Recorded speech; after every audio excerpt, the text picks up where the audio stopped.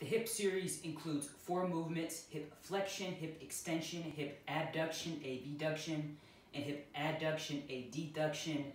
Be sure to only do 2 of those movements as prescribed in your workout during the beginning of the week, and then you'll choose the other 2 exercises at the end of the week.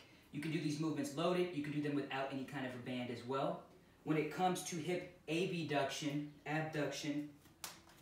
you're just bringing your leg away from your midline. Keep shoulders stacked on hip so you're not leaning to complete your reps.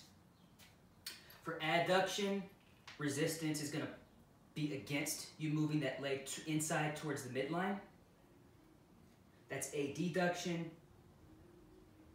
When it comes to hip flexion, you can grab a mini band, put it over the top and the bottoms of your feet, drive that knee up, knee above the waist belt, so you get hip flexor and upper quad without arching or crunching.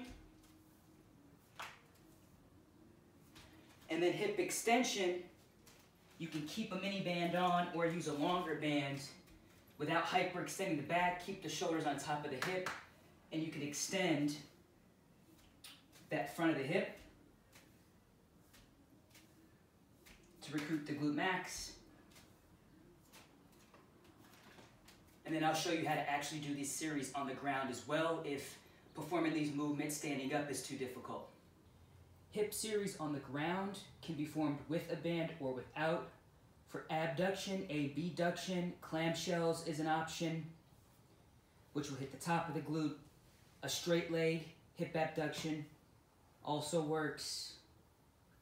For adduction, adduction, bend the top leg, keep that bottom leg locked, lift that up towards the midline. That's adduction. When it comes to hip extension, bend both knees, extend the front of the hip, kick that heel back towards an imaginary wall behind you. That will get you glute max for hip extension.